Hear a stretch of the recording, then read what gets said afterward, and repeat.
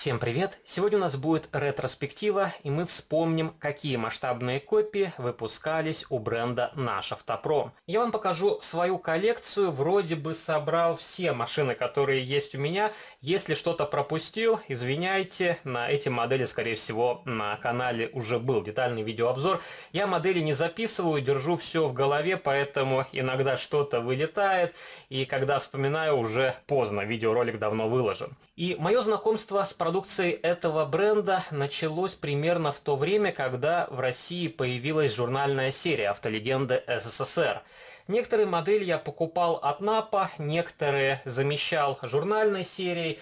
И когда появились эти машины, я отнесся к ним довольно скептически. Во-первых, до этого были модели ручной работы, также старая продукция Агат, Тантал. И эти модели для меня были чем-то новым, но как-то потом втянулся. И я помню, журнальную серию я начал собирать не с первого выпуска, а с 13-го. Это было ГАЗ Чайка, и в то же время я приобрел ГАЗ-22 Волга. И уже потом начал выборочно собирать эти модели, когда была возможность, потому что в то время их продавали в киосках, а уже значительно позже они стали появляться в интернет-магазинах. И если мне изменяет память, первая легковушка от НАПа была 21-я Волга в салатовом цвете, и тогда я купил сразу две модели, вторая была в бежевом варианте, тоже очень красивый цвет, на эти модели я поставил регистрационные знаки. И мне нравились модели от НАПа тем, что у них окрашен салон. Конечно, тут все выкрашено в одном цвете, но это сильно оживляло модель по сравнению с обычной журнальной серией, у которой черная плашка из пластика, окрашенного в массе. И качество сборки у этих машин было вполне приемлемым. И эти модели продавались дешевле, чем журнальная серия. Например, эти Волги, по-моему, я купил за 250 рублей. Могу ошибаться, но что-то в районе 200. А в то время журнальная серия продавалась дороже, и в киосках ее продавали за 320 рублей, хотя рекомендованная стоимость была значительно ниже. И я вам покажу также модели-аналоги, которых нет от НАПа, но эти машины у меня из журнальной серии, они сделаны на тех же форумах. И покажу вам обратную сторону коробочек. Как раз тут есть список моделей, которые были запланированы, также вышли в какое-то время. И, например, первая коробочка от автомобиля Ким 10. У меня эта модель тоже есть в коллекции в красном цвете. Вполне нормальная масштабная копия, хотя у нее есть некоторые просчеты. И в этом плане мне больше понравился Ким из журнальной серии. И у меня также есть в коллекции модель от Дипа. Я давно делал сравнительный видеообзор. И если сравнивать три масштабных копии, то меньше всего погрешности именно у журнального варианта, как ни странно. И вот так выглядит нижняя часть. Тут каких-либо доработок я не делал. И, по-моему, глушитель изначально был окрашен серебристой краской. Но это тоже вполне хорошая модель за свою цену. И у НАПа был Ким также в варианте кабриолет. И кабриолет я так и не приобрел в свою коллекцию, даже от Дипа, когда эти модели продавались с хорошей скидкой. Все никак не было возможности положить его в корзину, а потом уже и забросил эту затею. Если она попадется мне на глаза, то, возможно, возьму ее до кучи, а так особого интереса для меня эта машина не представляет. Также, если посмотреть на коробочку, тут есть автобус ГАЗ-0330, такой модели у меня в коллекции нет. Также пикап ГАЗ-4, такой машины тоже нет в коллекции. ЗИС-101А Спорт, этой модели тоже я не покупал. ГАЗ-М1 у меня есть из журнальной серии «Автолегенда СССР» в черном цвете. И после того, как приобрел эту модель, уже не видел смысла покупать аналог от НАПа. Тоже вполне хорошая, довольно легкая, потому что у машины пластиковая крыша, а из металла только часть корпуса. Также пластиковое днище и крылья. Но я думаю, такая модель тоже есть у вас в коллекциях. И также тут есть ГАЗ-1173. Такая машина тоже у меня из журнальной серии. В защитном темно-зеленом цвете. Тоже вполне хороший автомобильчик. Единственное, тут желательно поменять покрышки. К счастью, на этой модели резина не оплавила колесные диски, но зачастую диски после какого-то времени портятся, и их только на выброс. И также тут можно посмотреть, представлено два пикапа. ГАЗ М415 и ГАЗ 11415. И у меня есть пикап тоже из журнальной серии в черном цвете. И на этой модели я окрасил глушитель.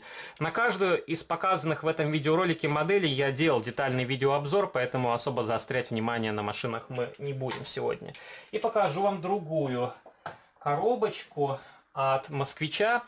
И как раз на задней стороне тут тоже изображены анонсы на то время. Повторюсь, ГАЗ-21 Волга, как раз в двух вариантах окраски, которые я взял в свою коллекцию. Есть ГАЗ-31 10 Волга, и у меня такая модель в красном цвете. Синяя не очень понравилась, хотя, возможно, для кого-то эта машина будет более предпочтительна.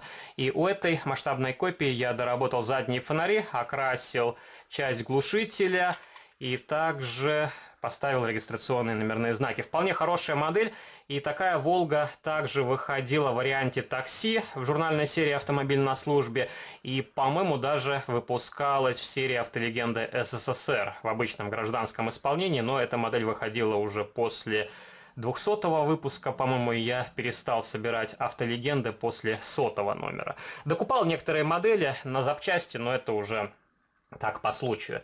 Также тут есть ГАЗ-22 Волга, и такая модель у меня из журнальной серии, уже сказал, это была одна из первых моделей из автолегенд в моей коллекции. Очень симпатичный автомобиль, и ГАЗ-22 получился значительно лучше, чем ГАЗ-21. И я думаю, у кого из вас есть 21-я Волга и журнальной серии, то на самой первой модели была обычная плоская планочка, никакой проработки ходовой части. А тут уже вполне приличная детализация. И также у этой модели присутствует антенка, отлично проработаны колесные диски, и единственное, я поставил харьковские покрышки. И покрышки называются «Волга узкая». Тоже можете найти их в продаже. Они, я не знаю, повторяют какой именно прототип, это, скажем так, универсальная резина.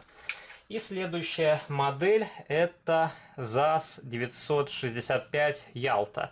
Такая машина тоже есть у меня.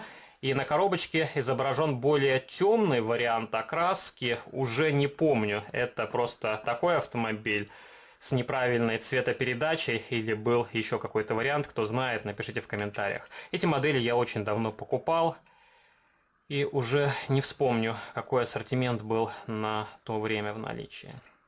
И тут я окрасил заднюю часть глушителя. Тоже вполне хороший Запорожец, правда, это не очень удачная модель в плане качества сборки. Есть пятнышки клея.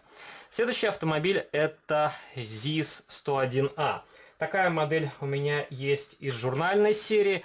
Конечно, она проигрывает НАПу, потому что, повторюсь, у НАПа на то время были окрашены плашки салона. Но тоже вполне симпатичная масштабная копия. Также ЗИС-110. У меня такой автомобиль, опять же, из журнальной серии. Тут стоят другие покрышки с вайтволами.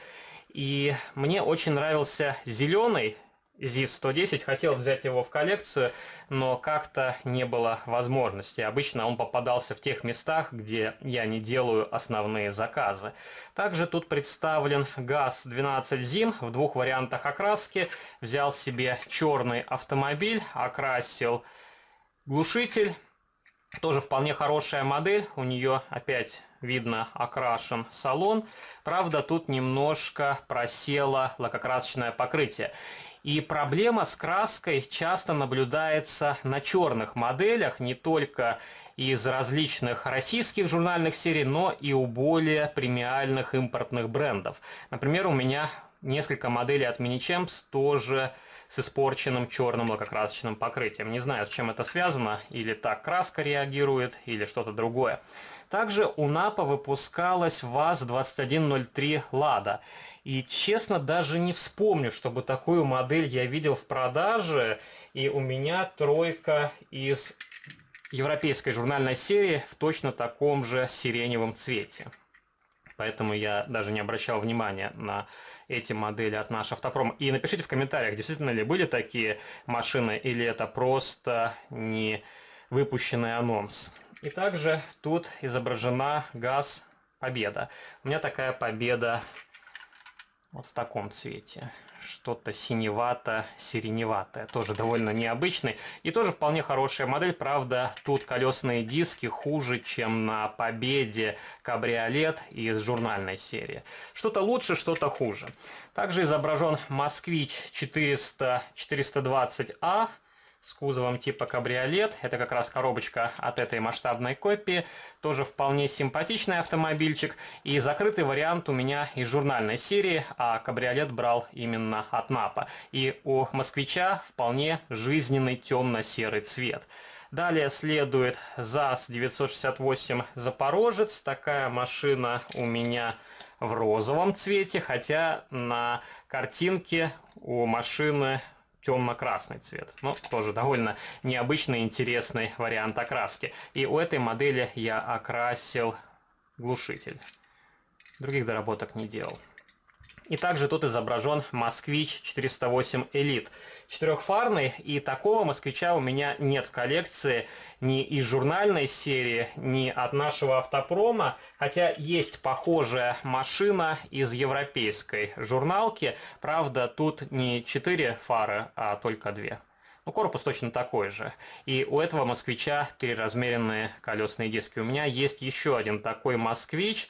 По-моему, в красном цвете. Недавно показывал ту модель в каком-то из обзоров. И у второго образца колесики уже правильного размера. И давайте посмотрим следующую коробочку. Это упаковка от МАЗ-54-322. Как раз тут на задней стороне есть анонсы на то время. Самосвал у меня от Автоистории с дневной кабиной. Эту модель не брал. Такого сидельного тягача нет. И из этого ассортимента у меня в коллекции только, по большому счету, МАЗ-6422 красного цвета с обтекателем. А других моделей я не приобретал в коллекцию, потому что были аналоги от Автоистории. Насчет 500-х МАЗов я уже вам говорил, у меня их только 3 штуки. Изначально было 4, один я подарил подписчику канала. И эти МАЗы не брал по простой причине, потому что у них переразмерена кабина. Хотя на то время это была вполне добротная модель за свою цену. И как-то хотел приобрести трехосник с белой кабиной и окрашенным бампером с желтыми полосками, но тоже как-то потом забросил эту затею. И давайте я вам покажу МАЗы, которые есть у меня. 5432 с кабиной желтого цвета, тоже вполне симпатичная масштабная копия, хотя это не самый лучший вариант в плане сборки. Есть пятнышки клея, и, конечно, тут покрышки изготовлены по мотивам. Также покажу вам мой любимый МАЗ с кабиной зеленого цвета. Эту модель я даже дорабатывал, поставил брызговички, заменил колесики, окрасил плашку двигателя и выхлопную трубу. И есть еще один сидельный тягач, только в трехосном исполнении. Это одна из последних моделей от НАПа в моей коллекции. Она сильно упрощена, пластиковая рама. Также кабина сделана проще, чем на предыдущем МАЗе. И эта модель не очень аккуратно собрана. И то, что мне нравится, это небольшие логотипы предприятия на дверках. Они сильно украшают модель. И, конечно, хотелось бы видеть регистрационные номерные знаки. Я недавно заказал комплекты объемных регистрационных знаков, и можно попробовать установить один из номеров на этот грузовик. Хотя, думаю, лучше их применить для доработки более качественных изделий. И покажу вам еще один 500-й МАЗ в варианте автоэкспорт. Тоже вполне симпатичный грузовик. И интересно, почему ССМ не выпускает такие грузовики. Я думаю, на них был бы хороший спрос, даже со всеми недочетами. Все же у Костромы более удачная масштабная копия. У нее подъемная кабина, проработан двигатель. Хотя в моей коллекции пока что нету ни одного костромского 500-го МАЗа. Все равно их особо негде хранить, пусть лучше хранятся на складах-магазинах. И покажу вам еще одну коробочку от КРАС 6444. Изображен самосвал. Один из самосвалов есть в моей коллекции. Это машина из фильма «Мимино» в оранжевом цвете. Неоднократно вам ее показывал. Особо заострять внимание на ней не будем. Также изображен МАЗ-504, другие модификации, МАЗ с полуприцепом. И из всего ассортимента у меня в коллекции тут особо ничего и нет. Я покупал базовые модели. У НАПа был довольно обширный ассортимент различных вариантов окраски, но, повторюсь, одинаковые модели особо смысла приобретать я не вижу. И покажу вам еще одну коробочку от КРАС 255Б. И тут на задней стороне изображены МАЗы и другие КРАСы. Вот такой МАЗ у меня был в коллекции оранжевого цвета, я его подарил подписчику. Такой МАЗ только что показывал в варианте автоэкспорт. Также есть еще один МАЗ, КРАС 255Б. Лесовоз был вполне интересным, но не очень мне понравилось то, как сделан распуск, поэтому тоже не стал покупать эту модель в коллекцию.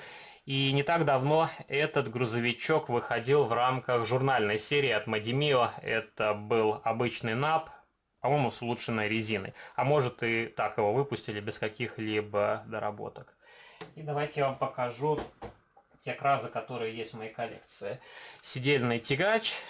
Тоже вполне симпатичная масштабная копия. Оставлю ее для истории. Конечно, в 2021 году не вижу смысла приобретать такие модели. Они уже в плане проработки сильно проигрывают даже современной журнальной серии. Но на свое время это были вполне хорошие, недорогие изделия. И не стоит забывать, НАП был одним из пионеров в этой области по производству современных промышленных грузовиков. Уже позже появилась автоистория, SSM, Deep Models и, конечно, те модели, которые были представлены у НАПа, не всегда дублировались у других брендов. В этом плане тоже некоторые модели хорошо иметь в коллекции. И также покажу вам КРАС 255. Песочного цвета, довольно симпатичный грузовичок. И еще один КРАС у меня есть, 214 в классическом защитном темно-зеленом цвете. Это ранние модели с металлической рамой, впоследствии такие грузовики уже выпускали с пластиковой рамой, и также были модели на формах НАПа в коробочках AutoTime, но там уже была жесткая упрощенка, и не вижу смысла покупать модели от AutoTime в коллекцию. Сейчас с выходом модели от автоистории, конечно, особого смысла в машинах от НАПа нет. Их можно держать как часть истории, а гоняться за ними, если у вас до этого их не было, нету смысла. Вот такой КРАС, у него окрашены сиденья серым цветом. Выглядит вот так ходовая часть. И еще один КРАС в варианте автоэкспорт.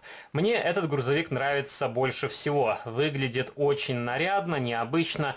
И автоэкспорт — это одно из направлений в моей коллекции. Правда, покупаю не все модели, которые предлагаются на рынке. Например, у Костромы серия автоэкспорт уж очень фантазийна. У них есть молоковоз на базе ГАЗ-53 с цистерной розового цвета, ярко-желтой кабиной и красными подножками. И мне мало верится, что такой грузовик существовал в реальной жизни. Конечно, есть фотография, но, скорее всего, она уже была отретуширована в современное время. И давайте посмотрим на еще одну коробочку. И изображены различные полуприцепы на задней стороне упаковки. Из этого ассортимента у меня в коллекции только один полуприцеп МАЗ-5205А. Остальные не брал, хотел в свое время взять сепку Софтрансавто, но она пользовалась большой популярностью, поэтому в то время, когда было желание приобрести модель в коллекцию, их не было в наличии, а когда модели появились, желание пропало и появились другие хотелки. И давайте я вам покажу полуприцеп. Вот так он выглядит. Съемный тент, вполне хорошая модель. Ее можно сцепить с 500-м МАЗом, например, с автомобилем КРАС или с каким-то другим отечественным грузовиком. И также покажу вам некоторые модели из журнальных серий, которых нету в моей коллекции от НАПа, но НАП их выпускал. Это УАЗ-469, это машина, по-моему, из польской журнальной серии, и у НАПа такой УАЗик был в темно-зеленом цвете и в бежевом цвете. И УАЗы от НАПа, повторюсь, в свое время стоили дешевле, чем аналог из журнальной серии. Вполне удачная масштабная копия. Единственное, тут я поставил улучшенные покрышки от Maestro Models. И покажу вам одну модель, которая продается не под брендом NAP, а Ultra Models, но эта компания имеет прямое отношение к продукции наш Автопром. Тоже вполне хороший грузовичок. У меня от Ультры только одна модель в коллекции, и мне очень нравится, как тут сделана упаковка. На боковинах коробки есть схематический рисунок в разных ракурсах. Вот такая небольшая коллекция, которую я хотел вам показать в сегодняшнем видеоролике. Пишите ваши комментарии, какие модели от НАПа есть у вас, в каком они варианте окраски, за сколько вы их покупали, что вы думаете о современной продукции этого бренда. Если вам понравился видеоролик, не забывайте поддержать его лайком, вступайте в мои группы в социальных сетях, ВКонтакте и Фейсбуке, жмите на колокольчик и также подписывайтесь на мой второй канал, там тоже регулярно выкладываются разнообразные видеоролики на масштабные копии из моей коллекции. А на сегодня это все, до новых встреч, пока! Ребят, я не обратил внимания, что совсем забыл вам показать последнюю модель «Медицинская чайка». Одна из лучших масштабных копий от НАПа, которую я обошел стороной. Очень хорошая модель, и у НАПа такая чайка предлагалась в двух вариантах окраски. Белый автомобиль и машина в черном цвете. И если вы увидите эту чайку в продаже, можете смело покупать ее в коллекцию, потому что лучшего промышленного образца за эту цену вы в продаже не найдете. И у модели изначально была окрашена выпускная система, и эта машина сделана фабрикой Honeywell. И мне очень нравится продукция Honeywell, она выпускает машины под брендом Carrarama. Уже неоднократно говорил, на мой взгляд, это одни из лучших недорогих моделей на рынке. И жаль, что Carrarama прекратила выпуск машин в 43-м масштабе. Все, ребят, спасибо за внимание, пока-пока.